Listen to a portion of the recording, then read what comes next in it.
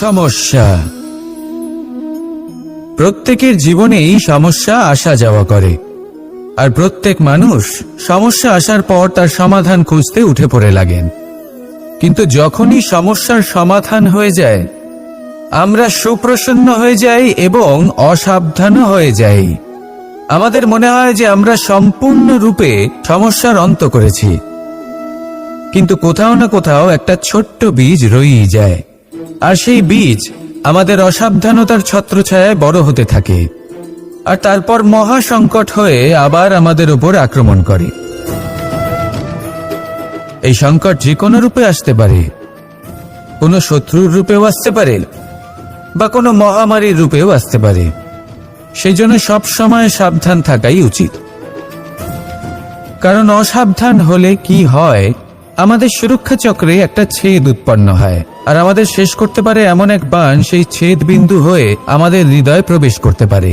তাই যে কোনো সমস্যার সমাধান করুন, জয়ী হন, উৎসব পালন করুন, কিন্তু সাবধানে থাকবেন। আসুন আর আমার সাথে ভালোবেসে বলুন, রাধা রাধা। কর্ম, ধর্ম আর কর্তব্য, এই তিনটি একে অপরের সাথে জড়িত, আর অনেক সময় এই তিনটি পালন করতে করতে আমাদের সেই ব্যক্তির সামনে গিয়ে দাঁড়াতে হয়, তার বিরুদ্ধেই যেতে হয়, যাকে আমরা সব থেকে বেশি ভালোবাসি। কিন্তু সেইখানেই যুদ্ধ, কোনো ব্যক্তিগত যুদ্ধ থাকে না। এ হলো কর্ম, ধর্ম আর কর্তব্যের যুদ্ধ। এটা সরল নয়, অত্যন্ত কঠিন হয় তার সম্মুখীন হওয়া, যাকে আমরা সব থেকে বেশি সম্মান করি। কিন্তু আমাদের তো আমাদের ধর্মের পথে চলতেই হবে, কারণ আমরা কর্মবদ্ধ, কর্তব্যবদ্ধ, আর এটাই করা উচিত। শুধু এটুকু মনে রাখবেন, যদি আপনার উদ্দেশ্য শুভ হয়, আপনার ভাবনা শুভ হয়, আপনি যদি কর্ম, ধর্ম আর কর্তব্যের পথে অগ্রসর হন, তাহলে এই প্রক্রিয়াতে যদি আপনাকে আপনার আরাধ্যেরও সামনে দাঁড়াতে হয়, তাহলেও আপনার কোনো ক্ষতি হবে না। তাহলে আসুন আর আমার সাথে ভালোবেসে বলুন, রাধা রাধা। মানুষের কোন বিষয়ে অহংকার থাকে? সময়, ক্ষমতা, শরীর আর সম্পত্তি। আর এই চারটেই সর্বদা সঙ্গে থাকে না। কি বিচিত্র ব্যাপার! আপনি নিজেই দেখুন, সময় আজ ভালো হলেও কাল অবশ্যই খারাপ হতে পারে। ক্ষমতা আজ আপনার থাকলেও কাল তা নাও থাকতে পারে। এই শরীরটা তো নশ্বরই বটে। যত আপনি বার্ধক্যের দিকে অগ্রসর হবেন, দুর্বল হতে থাকবেন, সৌন্দর্য ক্ষীণ হতে থাকবে। আর সম্পত্তি আজ আপনার, কাল অন্য কারোর হয়ে যাবে। আর এই সমস্ত নশ্বর জিনিসে মন কেন্দ্রীভূত করতে করতে ব্যক্তি ভুলে যান সেই বিষয়গুলি যা সর্বদা আপনার সাথে থাকবে, আপনার ঢাল হবে, আপনার সম্বল হয়ে থাকবে। আর তা হল আপনার স্বভাব, বুদ্ধি, সৎসঙ্গ আর খাঁটি সম্পর্ক। নিজের স্বভাব শীতল রাখুন, কর্মে বুদ্ধির পরিচয় দিন, সর্বদা ভালো মানুষের সাথে সময় কাটান, আর খাঁটি সম্পর্ক সর্বদা পালন করুন। জীবনে সর্বদা সুখী হবেন। রাধা রাধা। আমরা কর্ম করি, আর সেই কর্ম অনুসারে আমাদের তার ফল প্রাপ্ত হয়। এখন এই কর্ম আরো শ্রেষ্ঠ হতে থাকে, আমরা আরো প্রেরিত হতে থাকি। তার জন্য আমরা বড় বড় জ্ঞানীদের থেকে প্রভাবশালী, প্রেরণাদায়ক ব্যক্তির সাথে দেখা করার চেষ্টা করি, দেখা করিও। নিজের কর্মের বিষয়ে বিচার করি, আলোচনা করি, তাই তো? কারণ আমাদের কাজ দেখে তাতে বিশেষ মতামত সামনে থাকা ব্যক্তি দিতে পারে। কিন্তু এই পুরো চক্রতে সংসারের সব থেকে গুরুত্বপূর্ণ ব্যক্তির সাথে কথা বলতে আমরা ভুলেই যাই। আপনি কি জানেন সংসারের সব থেকে গুরুত্বপূর্ণ ব্যক্তি কে? স্বয়ং আপনি। হ্যাঁ, আপনি সে। আপনি জীবিত আছেন, তাই এই সংসার জীবিত আছে। আপনি হলেন আপনার সমস্ত কর্মের কেন্দ্র। তাই এবার থেকে প্রতিদিন একটু সময় নিজের জন্য বের করে নিজের সাথে কথা বলুন। নিজেকে বুঝুন, নিজের কর্মকে বুঝুন। কিছু প্রশ্ন আসবে, কিছুর উত্তর পাবেন। আরো কিছু প্রশ্ন আসবে যার উত্তর আপনি অবশ্যই পাবেন, কিন্তু এটা করবেন অবশ্যই, নয়তো আপনি এই সংসারের সব থেকে গুরুত্বপূর্ণ ব্যক্তির সাথে দেখা করার সুযোগই হারিয়ে ফেলবেন। এবার বলুন, আপনি কি এরকম চাইবেন?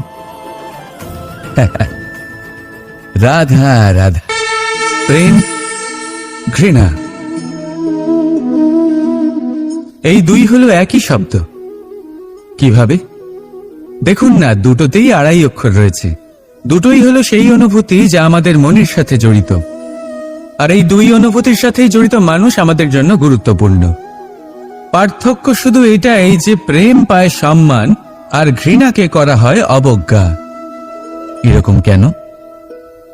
কারণ প্রেম হলো সেই অনুভূতি যেখানে মানুষ সব কিছু দিয়ে দিতে চায়, সব কিছু লুটিয়ে দিতে চায়। সেখানে ঘৃণা হলো এমন অনুভূতি যেখানে মানুষ সবকিছু কেড়ে নিতে চায়, সবকিছু জিতে নিতে চায়। তাও প্রেমের অনুভূতি কখনো আপনাকে হারতে দেয় না, আর ঘৃণার অনুভূতি কখনো আপনাকে জিততে দেয় না। এবার কি করবেন আপনি? একটাই জীবন। ঘৃণার সাথে বাঁচবেন নাকি প্রেমের সাথে? আমি তো প্রেমকেই চয়ন করব। রাধা রাধা।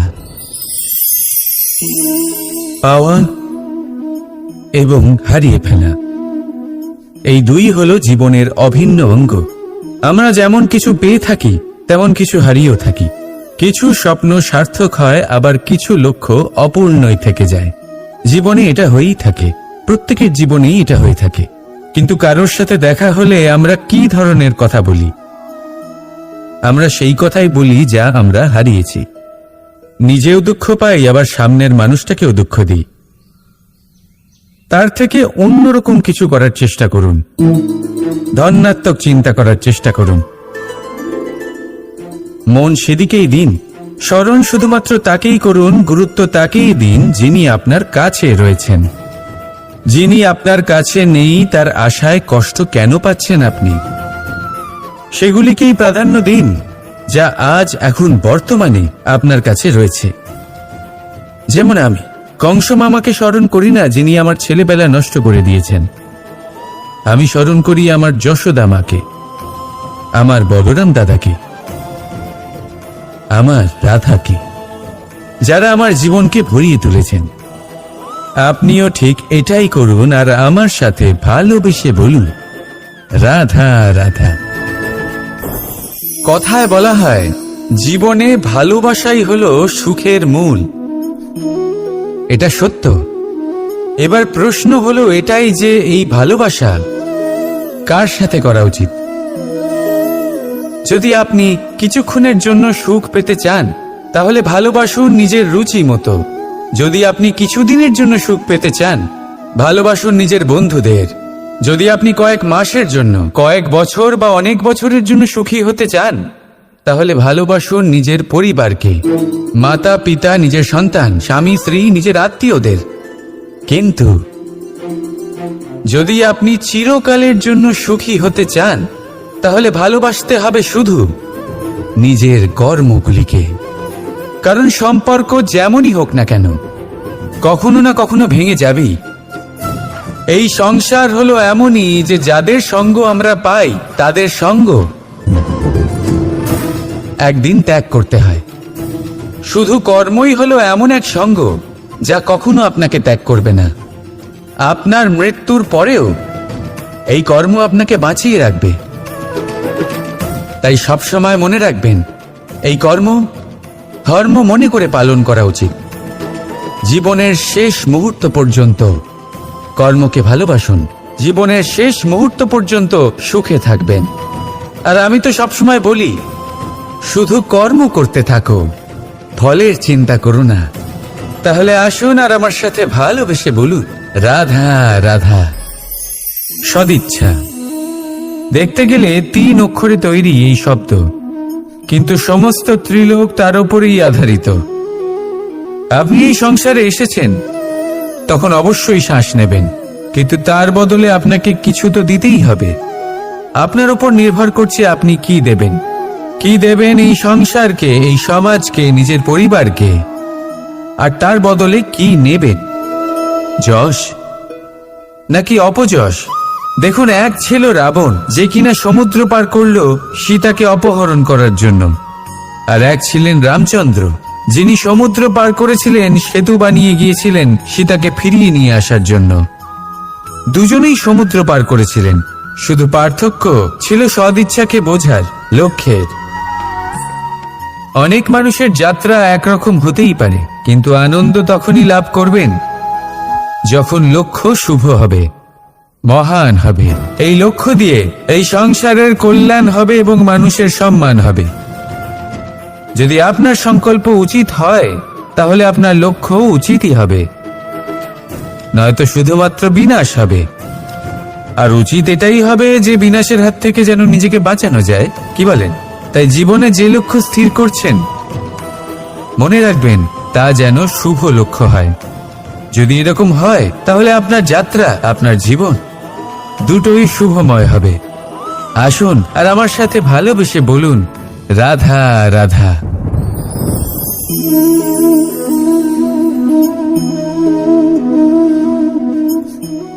মুক্ত।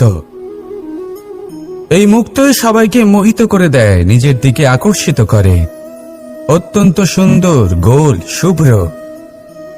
মুক্ত দ্বারা নির্মিত আভূষণ, তা হয়তো সে মুকুটই হোক বা কোনো স্ত্রীর অলংকার, তাকে আরো সুন্দর করে তোলে, তাকে আরো সুন্দর দেখতে লাগে। এবার এই মুক্তকে এত সুন্দর দেখার জন্য কত কষ্ট সহ্য করতে হয়, তা কি কখনো আপনি ভেবেছেন? এই মুক্ত ঝিনুক থেকে বের করা হয়, ঝিনুক যা কিনা সমুদ্রের তলদেশে থাকে। ওকে কত কষ্ট সহ্য করতে হয়, জলের চাপ সহ্য করতে হয়, সমুদ্রের স্রোত সহ্য করতে হয়। এই ঝিনুককে এত কষ্ট সহ্য করতে হয়, এই মুক্তকে এত কষ্ট সহ্য করতে হয়, তারপরে এর রূপ এত সুন্দর হয়। যদি আপনিও আপনার পরিশ্রমের সৌন্দর্য, নিজের পরাক্রমের সৌন্দর্য এই সংসারে প্রকাশিত করতে চান, তাহলে আপনাকেও কষ্ট সহ্য করতেই হবে। তাই জীবনে যখনই সংকট আসবে, বিপদ আসবে, সমস্যা আসবে, তখন একে সুযোগ হিসেবে গ্রহণ করুন। কারণ এই বিপদের সাথেই লড়াই করে আপনি মুক্তর মতোই পরিশুদ্ধ হয়ে উঠবেন। তাহলে আসুন আর আমার সাথে ভালোবেসে বলুন, রাধা রাধা। যখনই আমরা কথা বলি জলরাশির বিষয়ে, যখন আমরা তুলনা করি, তখন আমাদের খুব ভালো লাগে মিষ্টি সরোবর, পুকুর, নদী। আর আমরা অপেক্ষা করে থাকি সাগরের জন্য, সমুদ্রের জন্য। কেন করি? কারণ এই সাগর, এই সমুদ্র, এ হলো অত্যন্ত বিশাল আর ভয়ানক। এর জলও কিন্তু নোনতা, যা আমরা পান করতে পারি না। কখনো ভেবে দেখেছেন এই সমুদ্রের অন্তরে এই নোনতা জল, এই নোনতা ভাব, এটা আসে কোত্থেকে? এই যে সমুদ্র, যে প্রবাহমান নদীর থেকে যে খনিজ নির্গত হয়, তার ভান্ডার হলো এটা। সেই খনিজকে নিজের অন্তরে গ্রহণ করে, সেই নোনতা ভাব নিজের মধ্যে সমাহিত করে, আর তারপর সেই নোনতা জল বাষ্পে পরিণত হয়ে ওপরে উঠে যায়, যা মেঘ হয়ে আপনার ওপর মিষ্টি বৃষ্টি হয়ে ঝরে পড়ে। এ হলো সমুদ্রের ত্যাগ, যার জন্য আপনি মিষ্টি জল পান করতে পারছেন, সে নদী থেকেই হোক বা সরোবর থেকে। সেই জন্যই হয়তো সাগর হলো এত মহান, হয়তো সেই জন্যই রত্ন সাগরে পাওয়া যায়। তাই মনে রাখবেন, ক্ষমতা তারই হয় যে ত্যাগ করতে জানে, কোনো বিষকে নিজের মধ্যে ধারণ করে নিতে জানে। তাহলে আপনিও এটাই করুন, এতটাই শক্তিশালী হয়ে উঠুন, আর আমার সাথে ভালোবেসে বলুন, রাধা রাধা। পরিচ্ছন্নতা। বর্তমানের এই প্রজন্ম আগের প্রজন্মের এই যে অতি শুদ্ধতার অভ্যেস ছিল, তা নিয়ে ঠাট্টা করে। তাকে মূর্খতা মনে করে। বুঝতেই পারে না কেন। আমাদের মা, ঠাকুমা, দিদিমা এদের দেখেছি সকালে উঠে সবার আগে স্নান করেন। কেন? বুঝতেই পারে না। কেন কথায় কথায় বারান্দা উঠোন পরিষ্কার করা হয়? বুঝতেই পারে না। অনেক মানুষজন এটাকে ধার্মিক এবং অন্ধবিশ্বাস বলে, কিন্তু যদি আমি আপনাকে সত্যি কথা বলি, প্রত্যেক ধর্ম বিজ্ঞানসম্মত। প্রত্যেক কাজের পেছনে বৈজ্ঞানিক সত্যতা লুকিয়ে রয়েছে, কিন্তু প্রত্যেক মানুষ সেই নিয়ে কতটা ভাবেন, কতটা বোঝেন আর কি পদক্ষেপ নেন তা হলো আলাদা এবং অত্যন্ত গুরুত্বপূর্ণ, কিন্তু তা হলো বিজ্ঞানসম্মত। আজও যখন আমি আগে বাড়ি যাই, মা সবার আগে আমার হাত পা ধুয়ে দেন, তারপর সবকিছু। তাই আপনি পরিচ্ছন্ন থাকুন, তাহলে আপনি সুস্থ থাকবেন। তখনই আপনার মনে ভক্তিভাব আসবে, তখনই এই সমগ্র সংসারকে সামলানোর শক্তি অর্জন করতে পারবেন। তাহলে পরিচ্ছন্ন থাকুন, সব ভালো থাকবে। রাধা রাধা। এটা দেখতে পাচ্ছেন? আপনি নিশ্চয়ই জানেন এটা কি। এটা বড়ই বিচিত্র এক বস্তু। এটা হলো কয়লা। আমি একে বিচিত্র এই কারণে বলছি, ভেবে দেখুন, যদি এটা গরম হয় আর আপনি এটাকে ধরে ফেলেন, এটা আপনার হাত পুড়িয়ে ফেলবে। আর যদি এটা ঠান্ডা হয় আর আপনি এটা ধরেন, তাহলে এটা আপনার হাতে কালি লাগিয়ে দেবে। অর্থাৎ যে কোনো পরিস্থিতিতেই, যে কোনো রূপেই থাকুক না কেন, গরম হোক অথবা ঠান্ডা, এটা কোনো না কোনো ভাবে আপনার ক্ষতি অবশ্যই করবে। এরকমই হয় খারাপ মানুষজন, বদসঙ্গ, ঠিক কয়লার মতো। আপনি যদি কিছু নাও করেন, যাই হয়ে যাক, এরা যদি আপনার কাছে থাকে, তাহলে কোনো না কোনো ভাবে জীবনে আপনার কোনো না কোনো ক্ষতি অবশ্যই হবে। তাই নিজের জীবনে সবসময় সঙ্গতের নির্ণয় অত্যন্ত ভেবেচিন্তে করবেন। রাধা রাধা। ইচ্ছে, সিদ্ধান্ত আর নিশ্চয়তা, এই শব্দগুলো আমরা আমাদের জীবনে অনেকবার শুনেছি, তাই না? জীবনে অনেক সময় অনেক কিছু পেতে খুব ইচ্ছে করে, কিন্তু শুধু ইচ্ছে হলেই কি সবকিছু পাল্টায়? সবকিছু পাওয়া যায়? অনুর্বর জমিতে বাস করা ব্যক্তির মনে ইচ্ছে হয় যেন সে শীতল জল পায়, কিন্তু সে পায় না। যে এক কুয়ো খোঁড়ার সিদ্ধান্ত নিয়েছে, সে মাটি খোঁড়ার জন্য কোদাল অবশ্যই পেয়ে যায়। আর যে নিশ্চিত করে নিয়েছে, সে দেরি করে হলেও সেই শীতল জল অবশ্যই পেয়ে যায়। তাই জীবনে কেবল ইচ্ছে করবেন না, সিদ্ধান্ত নিন আর তারপর নিশ্চিত করুন, সব পেয়ে যাবে। আর ভালোবেসে বলুন, রাধা রাধা। স্বপ্ন আর লক্ষ্য একই মনে হয়। এই দুইয়েরই কথা মানুষ কল্পনা করেন, এই দুই মানুষ অর্জন করতে চান। আর এই দুই পূর্ণ হলে মানুষ নিজেকে অত্যন্ত ভাগ্যবান বলে মনে করেন। কিন্তু এই দুইয়ের মধ্যে পার্থক্য আছে। পার্থক্য এই যে স্বপ্নের জন্য বিনা পরিশ্রমের ঘুম দরকার হয়, আর লক্ষ্যের জন্য বিনা ঘুমের পরিশ্রম। যে ব্যক্তি ঘুমের মধ্যে স্বপ্ন দেখতে থাকেন, জেগে ওঠার পর তার হাত খালি থেকে যায়। আর যে ব্যক্তি পরিশ্রম করেন, শয়নকালেও তার হাত তার লক্ষ্যেই থাকে। তাই যদি স্বপ্নও দেখতে হয়, তাহলে লক্ষ্য জেনে পরিশ্রম করুন আর ভালোবেসে বলুন, রাধা রাধা। জীবনে কিছু করে দেখাতে হলে আকাশের সেই সীমা ছুঁতে হবে যে সীমা ছোঁয়ার কথা আপনি কখনো ভাবতেও পারেন না। তাহলে নিজের মধ্যে এই তিনটি গুণ সম্মিলিত করুন। প্রথম, নিজের লক্ষ্যে পৌঁছবার ইচ্ছে, একাগ্রতা। এ আপনার দ্বারা এমন কাজ করাতে পারে যা আপনি কখনো করতে পারবেন না। দ্বিতীয়, সাহস, সমস্যার সমাধান করার ক্ষমতা। এটা আপনার দ্বারা তাই করাতে পারে যা আপনি সত্যিই করতে চান। আর তৃতীয় হলো অভিজ্ঞতা। অভিজ্ঞতা আপনাকে বলে দেবে আপনার কি করা উচিত আর কি নয়।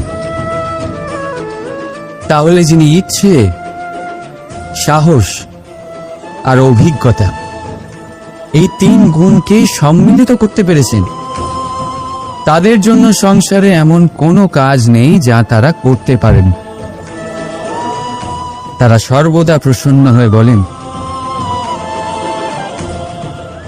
রাধা রাধা। মানুষের একটা বিশেষ প্রবৃত্তি হল তারা কখনো নিজেকে নিয়ে সন্তুষ্ট হন না, কখনো নিজেকে নিয়ে প্রসন্ন হন না। যা আছে তার থেকে বেশি পেতে চান, যা পেয়ে গেলেন তার থেকে আরো বেশি পেতে চান। নিজেদের জীবনে বদল, পরিবর্তন আনতে চান। আর এই প্রবৃত্তি এই সংসারের সবচেয়ে মহান, কারণ এই প্রবৃত্তির জন্যই সংসারের বিকাশ হয়। কিন্তু এই বদলের জন্য মানুষ তার খোঁজে থাকেন যা তার জীবনে বদল আনতে পারবে, তাকে পথ দেখাতে পারবে, তার জীবনে পরিবর্তন আনতে পারবে। আর তাই মানুষ সংসার জুড়ে তাকেই খোঁজেন যিনি তার পাশেই আছেন।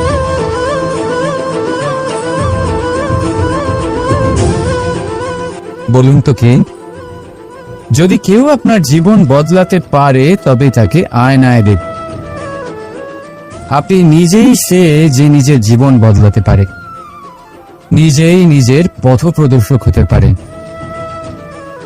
জীবনে বদল আনতে পারে, পরিবর্তন আনতে পারে। তাই চিনুন নিজের অন্তরের শক্তিকে, আর এটা বিশ্বাস করুন যে এই সংসারে আপনার থেকে বেশি শক্তিশালী আর কেউ নেই। জীবন বদলে যাবে আপনার।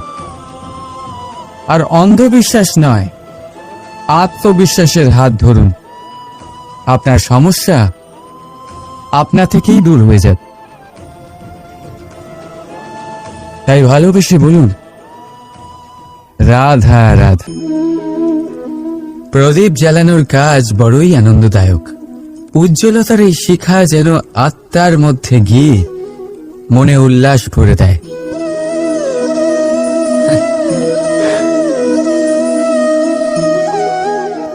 এই আমি কি করলাম? আমি একে নিভিয়ে দিলাম, অথচ এই দিয়েই আমি অন্য প্রদীপগুলি জ্বালিয়েছিলাম। কারণ যতক্ষণ এই শিখা অন্য প্রদীপগুলিকে জ্বালাচ্ছিল ততক্ষণ এই নিজেও জ্বলছিল। কিন্তু যেই ও এই কাজ করা ছেড়ে দিল তখন একেও নিভতে হল। বুঝলেন? সেরকমই জীবন হলো উজ্জ্বলতা দেওয়ার আরেক নাম। যদি জীবনে শুভ কাজ করেন, অপরের উপকার করে, অন্যদের সহায়তা করে, তাহলেই জীবিত থাকবেন। আর যেদিন এই কাজ করা আপনি বন্ধ করে দেবেন, শ্বাস প্রশ্বাস নেওয়া সত্ত্বেও মৃত হয়ে যাবেন। তাই যতক্ষণ শ্বাস চলছে আশারূপী উজ্জ্বলতা ছড়াতে থাকুন। বিশ্বাস করুন, মৃত্যুর পরেও আপনি অমর থাকবেন। তাই ভালোবেসে বলুন, রাধা রাধা। যবে থেকে জীব প্রাণের অস্তিত্ব পেয়েছে তবে থেকেই আরো একটি শব্দ জন্ম লাভ করেছে, সংঘর্ষ। জন্মলগ্ন থেকেই মানুষকে বাঁচার জন্য সংঘর্ষ করে যেতে হয়। কখনো নিজের লক্ষ্যে পৌঁছবার জন্য সংঘর্ষ করতে হয়, আর কখনো যা পেয়েছেন তাকে রক্ষার জন্য সংঘর্ষ করতে হয়। কিন্তু প্রত্যেকে একই অভিযোগ করে যে সংঘর্ষ করার সময় ভীষণ কষ্ট হয়। আপনি যোদ্ধা হলে প্রহার আপনাকে সহ্য করতেই হবে। সাঁতার শিখতে হলে জলে আপনাকে প্রবেশ করতেই হবে। পায়ের তলায় তাদেরই কড়া পড়ে যারা রোজ হাঁটেন, আর যারা হাঁটেন তারা নিজেদের লক্ষ্যে অবশ্যই পৌঁছন। তাই মনে রাখবেন, জীবন ততক্ষণই আছে যতক্ষণ কর্ম করবেন। তাই সংঘর্ষ করতে থাকুন, কষ্ট ভুলে যান, আর আমার সাথে ভালোবেসে বলুন, রাধা রাধা। মানুষ সর্বদা ফলাফলের কথা ভাবে, যে আমি যা করতে চলেছি তার ফল কি হবে, তার পরিণাম কি হবে। কিন্তু এর চিন্তা কেন? কারণ কর্ম যদি শুভ হয় তাহলে তার পরিণাম খারাপ হতেই পারে না। শুভ চিন্তা নিয়ে যারা কর্ম করেন তাদের ফলের চিন্তা কিসের? যারা ফুল বিক্রি করেন তাদের মাঝে সাঝে কাঁটা নিশ্চয়ই ফোটে, কিন্তু সুগন্ধ তাদের হাতে থেকেই যায়। এর সন্ধানে কয়লার খনিতে নামা ব্যক্তি কালিমা লিপ্ত হয়ে গেলেও তার হাতে হিরে অবশ্যই থাকে। তাই শুভ চিন্তা নিয়ে কর্ম করে যান, পরিণাম শুভই হবে। আর ভালোবেসে বলুন, রাধা রাধা। মন, মানুষ, মান, এই তিনেরই প্রারম্ভ ম দিয়ে হয়, তাই না? কিন্তু আজ আমরা কথা বলবো মানের বিষয়। মানই সেই ভাব যা আমাদের মনকে সন্তুষ্ট করে। এই কলসিতে ভরা জলের মতন, যে জল এই পাত্রতে থাকার দরুন এর অস্তিত্ব বজায় থাকে। এবার মান থেকে আসে আত্মসম্মান আর অভিমান, আর এই দুইয়ের মধ্যে তফাৎ অনেক। যে জল এই পাত্রের মধ্যে সংরক্ষিত তা হলো আত্মসম্মান, যা আমাদের মনের সম্বল, অবলম্বন, যা এই পাত্রের মধ্যে শীতল থাকে, আর যিনি পান করেন তাকেও শীতল রাখে।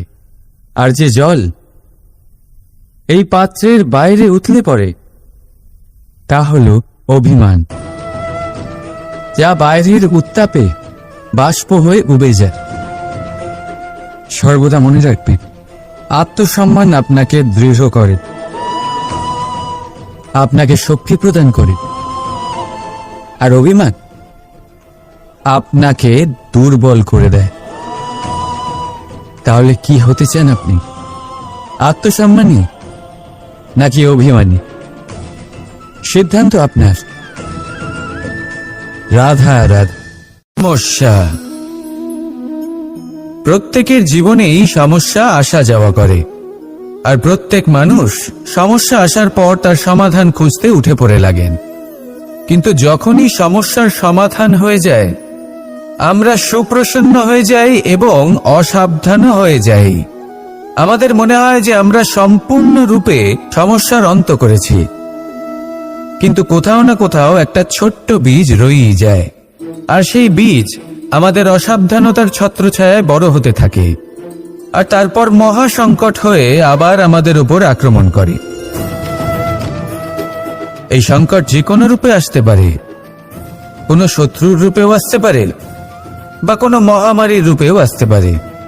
সেই জন্য সব সময় সাবধান থাকাই উচিত, কারণ অসাবধান হলে কি হয়, আমাদের সুরক্ষা চক্রে একটা ছেদ উৎপন্ন হয়, আর আমাদের শেষ করতে পারে এমন এক বাণ সেই ছেদ বিন্দু হয়ে আমাদের হৃদয়ে প্রবেশ করতে পারে। তাই যে কোনো সমস্যার সমাধান করুন, জয়ী হন, উৎসব পালন করুন, কিন্তু সাবধানে থাকবেন। আসুন আর আমার সাথে ভালোবেসে বলুন, রাধা রাধা। কর্ম, ধর্ম আর কর্তব্য, এই তিনটি একে অপরের সাথে জড়িত, আর অনেক সময় এই তিনটি পালন করতে করতে আমাদের সেই ব্যক্তির সামনে গিয়ে দাঁড়াতে হয়, তার বিরুদ্ধেই যেতে হয়, যাকে আমরা সব থেকে বেশি ভালোবাসি। কিন্তু সেইখানেই যুদ্ধ, কোনো ব্যক্তিগত যুদ্ধ থাকে না। এ হলো কর্ম, ধর্ম আর কর্তব্যের যুদ্ধ। এটা সরল নয়, অত্যন্ত কঠিন হয় তার সম্মুখীন হওয়া যাকে আমরা সব থেকে বেশি সম্মান করি। কিন্তু আমাদের তো আমাদের ধর্মের পথে চলতেই হবে, কারণ আমরা কর্মবদ্ধ, কর্তব্যবদ্ধ, আর এটাই করা উচিত। শুধু এটুকু মনে রাখবেন, যদি আপনার উদ্দেশ্য শুভ হয়, আপনার ভাবনা শুভ হয়, আপনি যদি কর্ম, ধর্ম আর কর্তব্যের পথে অগ্রসর হন, তাহলে এই প্রক্রিয়াতে যদি আপনাকে আপনার আরাধ্যেরও সামনে দাঁড়াতে হয়, তাহলেও আপনার কোনো ক্ষতি হবে না। তাহলে আসুন আর আমার সাথে ভালোবেসে বলুন, রাধা রাধা। মানুষের কোন বিষয়ে অহংকার থাকে? সময়, ক্ষমতা, শরীর আর সম্পত্তি। আর এই চারটি সর্বদা সঙ্গে থাকে না। কি বিচিত্র ব্যাপার!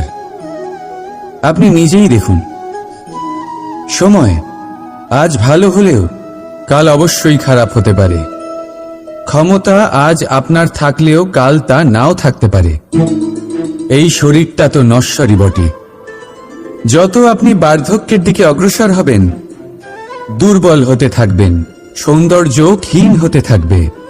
আর সম্পত্তি আজ আপনার, কাল অন্য কারোর হয়ে যাবে। আর এই সমস্ত নশ্বর জিনিসে মন কেন্দ্রীভূত করতে করতে ব্যক্তি ভুলে যান সেই বিষয়গুলি যা সর্বদা আপনার সাথে থাকবে, আপনার ঢাল হবে, আপনার সম্বল হয়ে থাকবে।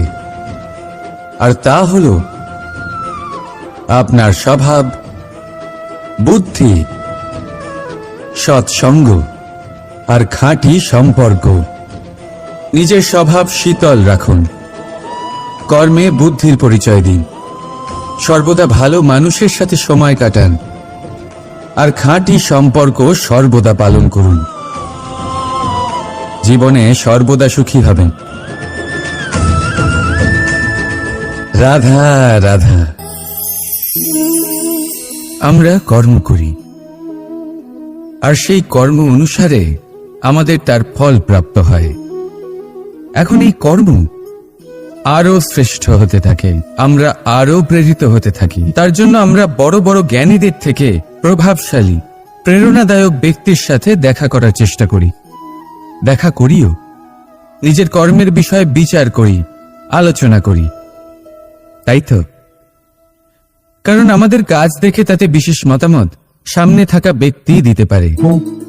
কিন্তু এই পুরো চক্রতে সংসারের সব থেকে গুরুত্বপূর্ণ ব্যক্তির সাথে কথা বলতে আমরা ভুলেই যাই। আপনি কি জানেন সংসারের সব থেকে গুরুত্বপূর্ণ ব্যক্তি কে? স্বয়ং আপনি। হ্যাঁ, আপনি সে। আপনি জীবিত আছেন, তাই এই সংসার জীবিত আছে। আপনি হলেন আপনার সমস্ত কর্মের কেন্দ্র। তাই এবার থেকে প্রতিদিন একটু সময় নিজের জন্য বের করে নিজের সাথে কথা বলুন। নিজেকে বুঝুন, নিজের কর্মকে বুঝুন। কিছু প্রশ্ন আসবে, কিছুর উত্তর পাবেন। আরো কিছু প্রশ্ন আসবে যার উত্তর আপনি অবশ্যই পাবেন। কিন্তু এটা করবেন অবশ্যই, নয়তো আপনি এই সংসারের সব থেকে গুরুত্বপূর্ণ ব্যক্তির সাথে দেখা করার সুযোগই হারিয়ে ফেলবেন। এবার বলুন, আপনি কি এরকম চাইবেন? রাধা রাধা। প্রেম, ঘৃণা, এই দুই হলো একই শব্দ। কিভাবে? দেখুন না, দুটোতেই আড়াই অক্ষর রয়েছে। দুটোই হলো সেই অনুভূতি যা আমাদের মনের সাথে জড়িত। আর এই দুই অনুভূতির সাথেই জড়িত মানুষ আমাদের জন্য গুরুত্বপূর্ণ। পার্থক্য শুধু এটাই যে প্রেম পায় সম্মান, আর ঘৃণাকে করা হয় অবজ্ঞা। এরকম কেন? কারণ প্রেম হলো সেই অনুভূতি যেখানে মানুষ সব কিছু দিয়ে দিতে চায়, সব কিছু লুটিয়ে দিতে চায়। সেখানে ঘৃণা হলো এমন অনুভূতি যেখানে মানুষ সবকিছু কেড়ে নিতে চায়, সবকিছু জিতে নিতে চায়। তাও প্রেমের অনুভূতি কখনো আপনাকে হারতে দেয় না, আর ঘৃণার অনুভূতি কখনো আপনাকে জিততে দেয় না। এবার কি করবেন আপনি? একটাই জীবন। ঘৃণার সাথে বাঁচবেন নাকি প্রেমের সাথে? আমি তো প্রেমকেই চয়ন করব। রাধা রাধা। পাওয়া এবং হারিয়ে ফেলা, এই দুই হলো জীবনের অভিন্ন অঙ্গ। আমরা যেমন কিছু পেয়ে থাকি তেমন কিছু হারিয়েও থাকি। কিছু স্বপ্ন সার্থক হয়, আবার কিছু লক্ষ্য অপূর্ণই থেকে যায়। জীবনে এটা হয়েই থাকে, প্রত্যেকের জীবনেই এটা হয়ে থাকে। কিন্তু কারোর সাথে দেখা হলে আমরা কি ধরনের কথা বলি? আমরা সেই কথাই বলি যা আমরা হারিয়েছি। নিজেও দুঃখ পাই, আবার সামনের মানুষটাকেও দুঃখ দিই। তার থেকে অন্যরকম কিছু করার চেষ্টা করুন, ধনাত্মক চিন্তা করার চেষ্টা করুন। মন সেদিকেই দিন, স্মরণ শুধুমাত্র তাকেই করুন, গুরুত্ব তাকেই দিন যিনি আপনার কাছে রয়েছেন। যিনি আপনার কাছে নেই তার আশায় কষ্ট কেন পাচ্ছেন আপনি? সেগুলিকেই প্রাধান্য দিন যা আজ এখন বর্তমানে আপনার কাছে রয়েছে।